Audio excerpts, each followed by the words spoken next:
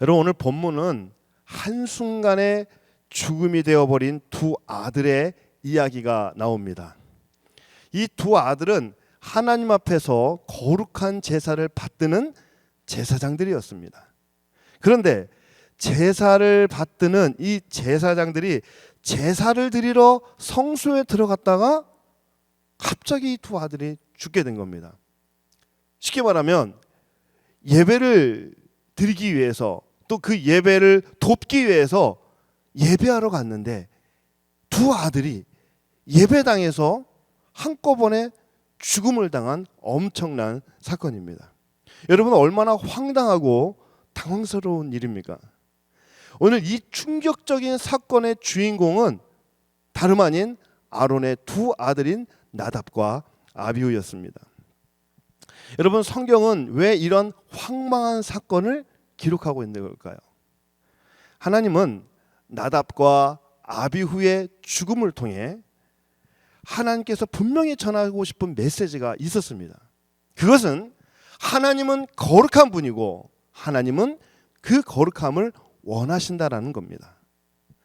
그렇다면 구체적으로 나답과 아비후의 죽음을 통해 우리가 깨달을 수 있는 것은 무엇일까요?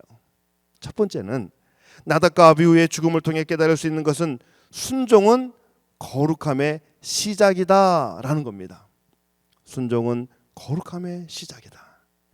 레위기 8장에서 제사장으로 위임을 받은 아론의 이야기가 나오죠. 9장에서는 그 아론이 이제 하나님께서 명령하신 대로 제사를 실제로 지켜나가죠.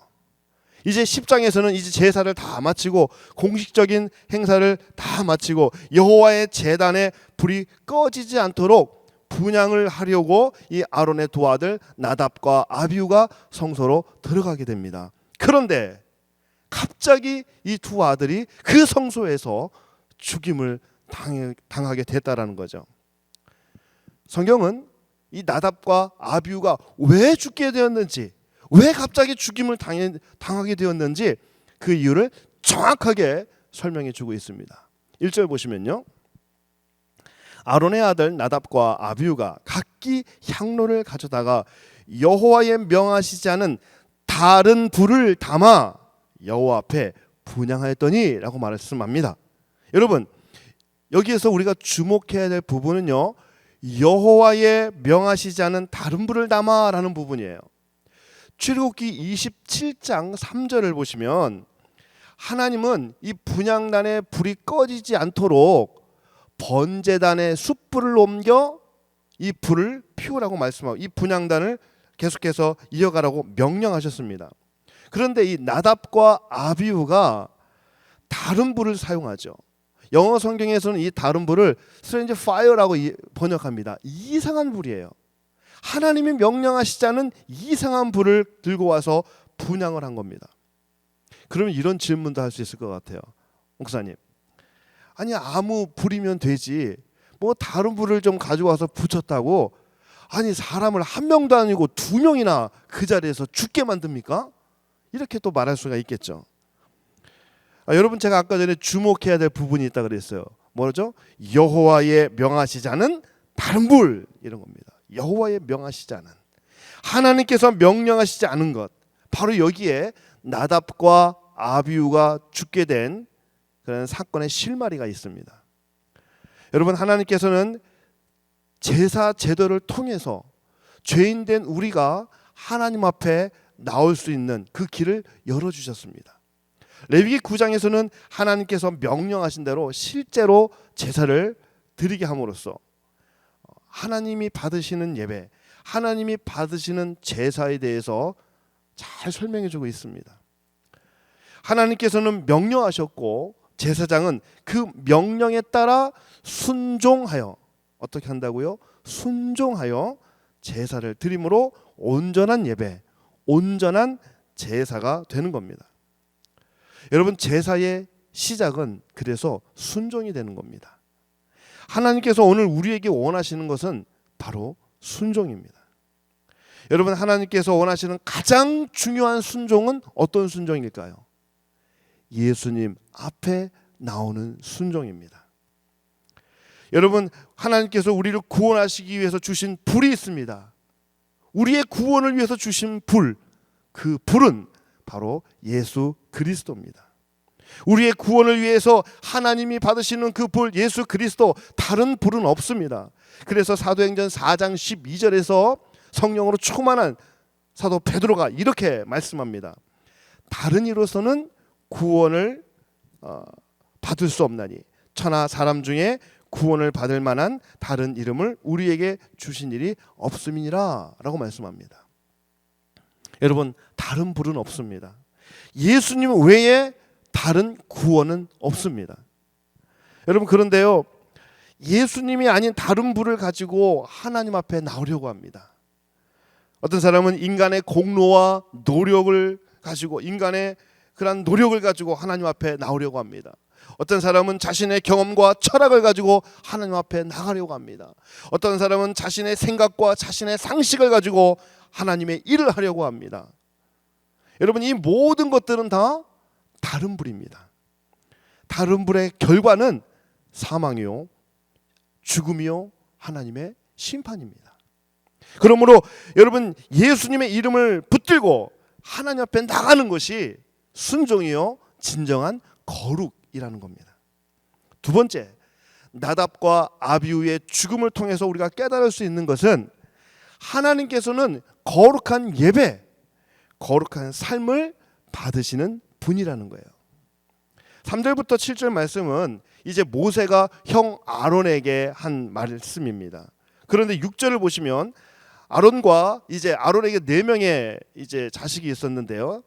아론 2명이 죽었죠. 이제 남은 2 아들에게 이제 나답과 아비후의 죽음을 두고 머리를 풀거나 옷을 찢지 말고 슬퍼하지도 말라고 말씀합니다. 여러분, 생각해 보세요. 정말 그 생떼 같은 아들, 2 아들을 잃었습니다. 의좋게 지냈던 2 형이 하루아침에 죽음을 당했습니다. 얼마나 충격적이고 얼마나 슬픈 일입니까? 그런데요, 슬퍼하지도 말라는 겁니다. 그래서 생각하면, 야, 참 하나님은 모질다. 야, 하나님은 너무 냉정하시고 가혹하시다. 이렇게 말할지도 모릅니다. 뭐가 그렇게 중요하길래 이 엄청난 일 앞에서 자식을 위해서 울지도 말라고 슬퍼하지도 말라고 하는 걸까요? 3절에서 모세는 이렇게 말합니다. 이는 여호와의 말씀이라.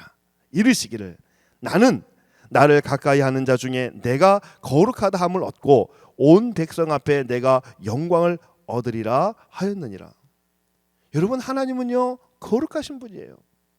그 무엇으로도 하나님의 거룩함을 훼손할 수 없습니다. 여러분, 출애굽기 32장을 보시면요, 이제 시내산에 올라간 이 모세가 내려오질 않는 거예요. 백성들은 모세가 내려오지 않자 답답한 나머지 모세 없이 제사를 드립니다. 그래서 늘 드려왔던 경험과 상식을 가지고 번제와 화목제의 형식을 갖춰서 제사를 드렸습니다. 그런데 하나님이 명령하셨던 그런 제사가 아니라 자기 방식, 자신의 멋대로 제사를 드린 거예요. 금송아지를 가져다가 하나님 앞에 제사를 드린다고 모여든 거예요. 마치 나답과 아비후가 다른 불을 담아 온 것과 같습니다. 금송아지 제사를 드림으로 하나님의 거룩함, 제사의 거룩함을 훼손한 이스라엘 백성들 무려 3,000명이나 죽임을 당하게 됩니다. 하나님의 명령에 불순종하며 다른 불을 가지고 나온 이 나답과 아비후의 죽음을 통해서 하나님은 그 하나님의 거룩함, 그 제사의 거룩함을, 그 거룩함이 얼마나 중요한지 가르쳐주고 계신 겁니다. 코로나가 발생이 되면서 우리 시니어의 많은 어르신들이 난생 처음 온라인 예배를 드렸습니다. 지금은 많은 분들이 온라인 예배 익숙하지만 처음에는 얼마나 이것이 낯설고 힘든 일인지 몰라요. 지난 12월 달에 이제 하나님의 부르심을 받은 우리 한 장로님의 이야기입니다. 우리 장로님께서는 지난 2년 전에 코로나가 딱 터지니까 처음으로 장로님도 온라인 예배를 드려요. 매 주일마다 매 새벽마다 작은 노트북, 작은 랩탑을 책상 위에 딱 올려놓고 정갈하게 옷을 입으시고 정장을 딱 입으시고 정자세로 앉아서 참 온 마음과 온 정성을 다해서 예배를 드립니다. 저도 한번 장로님 예배하는 모습을 봤는데 얼마나 정성을 다해서 예배를 드리시는지 몰라요. 그러다 이제 교회 현장 예배 나올 수 있게 됐습니다. 장로님 소천하시기 전까지 후두암으로 목소리조차도 나오지 않았지만 천국 가는 그 전까지 온 힘을 다해 주의 성전에 와서 목소리 나오지 않지만 하나님 앞에 찬양하며 예배하는 그 모습을 보면서 하나님이 얼마나 기뻐하시는 예배인가, 얼마나 거룩함으로 나오는 그런 예배인가 우리가 깨달을 수가 있었습니다. 사랑하는 성도 여러분, 하나님은 거룩함으로 드리는 우리의 예배를 기뻐 받으십니다. 여러분, 현장 예배를 드리든 온라인 예배를 드리든 우리의 온 마음과 정성을 다해 드리는 예배, 신령과 진정으로 드리는 예배, 바로 그 예배를 하나님은 거룩하게 보시고 그 예배를 받으신다라는 겁니다. 사랑하는 성도 여러분, 성도의 거룩한 예배는요, 거룩한 삶으로 이어집니다. 하나님을 가까이 하는 사람은 거룩한 하나님의 모습을 드러내는 사람, 나타내는 사람입니다. 그래서 베드로전서 1장 15절에서 사도 베드로는 이렇게 말씀합니다. 오직 너희를 부르신 거룩한 이처럼 너희도 모든 행실에 거룩한 자가 되게 하라. 사랑하는 성도 여러분, 우리의 예배는 예배 한 시간으로 끝나는 것이 아니라 계속해서 우리의 삶으로 이어진다는 거예요. 여러분, 우리 교회 표어가 있죠. 온전한 예배, 거룩한 삶. 우리가 드리는 예배가 거룩한 삶으로 이어질 수 있기를 바랍니다. 거룩한 삶은 우리의 삶 속에서 우리의 말과 우리의 행실, 우리의 마음과 우리의 생각을 통해서 거룩함을 나타내는 삶입니다. 그러므로 하나님의 사람은 삶의 모든 행실을 통해서 거룩한 삶의 예배를 드리는 사람입니다. 마지막 세 번째, 나답과 아비후의 죽음을 통해서 우리가 깨달을 수 있는 것은 하나님께서는 거룩을 방해하는 것을 끊기 원하신다는 겁니다. 여러분, 8절에서 11절에는 이제 레위기에서 유일하게 하나님이 직접 아론에게 명령하신 말씀이 나옵니다. 제사장은 거룩한 것과 속된 것, 부정한 것과 정한 것을 분별하고 가르쳐야 할 책임이 있는 사람들이죠. 그러한 책임이 있는 만큼 포도주나 독주를 금할 것을 명령하고 있습니다. 말씀하고 있습니다. 아마도 하나님께서 이 두 아들의 죽음을 목도한 이 아론에게 이런 말씀을, 포도주와 독주를 금하라는 이 말씀을 직접적으로 하신 것으로 봐서 나답과 아비후가 술에 취해서 다른 불을 분향단에 가지고 온 것으로 보여집니다. 하나님은 이와 같이 다시는 이런 일들이 반복되지 않도록 하기 위해서 이 엄청난 사건을 직접 이루셨다는 거죠. 9절 보시면 죽음을 면하라라는 말씀이 나옵니다. 이 말씀은 생명을 걸고 금하라는 겁니다. 생명을 걸고 거룩하라는 겁니다. 여러분, 제사장 된 그리스도인들은 거룩함을 유지하고 분별해야 할 책임이 있습니다. 오늘 본문에서 하나님은 포도주와 독주를 마시지 말아라 이렇게 말씀하시죠. 여러분, 술 취하면 어떻게 됩니까? 판단력과 분별력이 흐려집니다. 마셔봤냐고요? 저는 안 취해봐서 모르겠습니다. 그렇지만 술이 취하면 어떻게 돼요? 판단력과 분별력이 흐려지죠. 여러분, 제사장은 거룩한 일과 부정한 일을 판단하는 사람입니다. 부정한 것과 거룩한 것을 구별해야 할, 결정해야 될, 분별해야 할 그러한 사람입니다. 그런데 이 거룩한 사역을 감당하는 이 제사장이 술 취해 있다면 어떻게 거룩을 분별하고 거룩한 제사를 드릴 수 있을까요? 여러분, 우리는 이 말씀을 단순히 술 먹지 말아라, 술 먹지 말라는 내용이구나 이렇게 이해해서는 안 됩니다. 여러분, 오늘날 하나님 앞에 거룩하게 서지 못하게 하는 우리의 포도주, 우리의 독주는 어떤 것들이 있을까요? 사람마다 각각 다르게 나타날 겁니다. 어떤 사람은 하나님을 만날 시간도 없을 정도로 바쁜 일상이, 분주한 일상이 거룩함을 깨는 독주가 될 겁니다. 어떤 사람에게는 물질에 대한 욕심, 세상에 대한 그런 욕심, 미련들이 영적 분별력을 가로막는 포도주가 될 겁니다. 어떤 사람은 자신의 의지와 경험과 상식이 하나님 앞에 거룩하게 서지 못하게 만드는 그런 포도주가 될 겁니다. 사랑하는 성도 여러분, 오늘 이 새벽에 여러분이 끊어내야 할 포도주, 여러분이 금해야 할 독주, 어떤 것들이 있을까요? 여러분, 어쩌면 이렇게 말씀하는 분이 있을지도 몰라요. 목사님, 저도 그 포도주, 그 독주 끊어버리고 싶습니다. 하나님 앞에 거룩하게 서지 못하게 하는 그런 것들 저도 끊어내고 싶습니다. 그런데 그게 너무 어려워요. 잘 되지 않아요 라고 말할 수 있습니다. 사랑하는 성도 여러분, 내 힘으로 이 포도주와 독주를 끊어낼 수 없습니다. 여러분의 힘으로 하려고 하지 마십시오. 여러분, 예수님은 우리가 얼마나 연약한지, 얼마나 나약한 존재인지 너무나 잘 알고 계세요. 그래서 예수님께서는 우리를 돕기 위해서 성령님을 보내주셨습니다. 여러분, 성령님을 의지하십시오.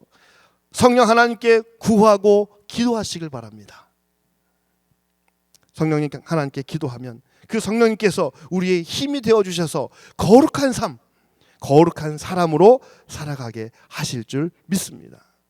말씀드렸습니다. 사랑하는 성도 여러분, 그리스도인들에게 있어서 거룩은 생명을 걸고 지켜야 할 사명입니다. 오늘 이 하루도 거룩하신 하나님 앞에 거룩함으로 예배하고 거룩한 삶을 살아내는 거룩한 제사장이 되는 저와 여러분이 되기를 주님의 이름으로 축복합니다.